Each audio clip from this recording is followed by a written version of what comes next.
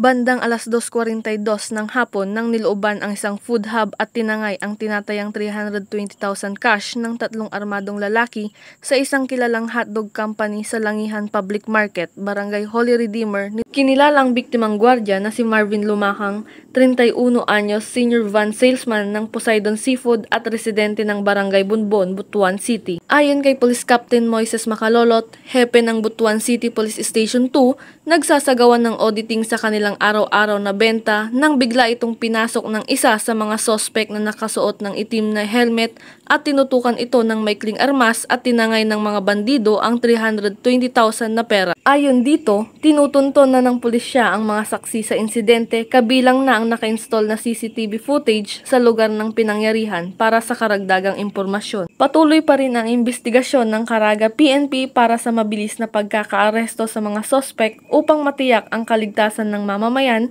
na isa sa pangunahing layunin ng ating bagong Chief PNP na gusto ng pulis, ligtas ka. Mula dito sa Police Regional Office 13, ako ang inyong PNN correspondent, Patrolwoman Joanna Kawili, alagad ng batas, taga-taguyod ng Balitang Pulis.